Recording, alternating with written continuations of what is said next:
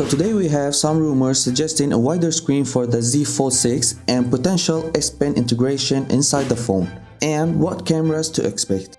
According to TechReview and Ross Young on Twitter, both the foldable and covered displays on the Z Fold 6 will be larger than on the Galaxy Z Fold 5, so will make for a significant size increase and should make the covered display far more comfortable to use. Young doesn't mention the exact size, but it could be closer to the aspect ratio of conventional phones. But for reference, the Samsung Galaxy Z Fold 5 has a 6.2-inch covered display. Both the inner and outer screens on the Galaxy Z Fold 6 are going to change in terms of aspect ratio. No other details are given, except that the design will also be adopted by the Samsung Galaxy S25 series. According to TechRadar, the Samsung Galaxy Z Fold 5 could have included an S Pen inside the body of the foldable phone. Samsung's design team considered it and went as far as creating an aluminum mock-up with the integrated S Pen. The reporter Lance Yulanov said, and I quote, "I saw it, touched it, and even popped the S Pen out." Among the prototypes that Samsung made for the Z Fold 5, they considered a wide variety of aspect ratios for the phone,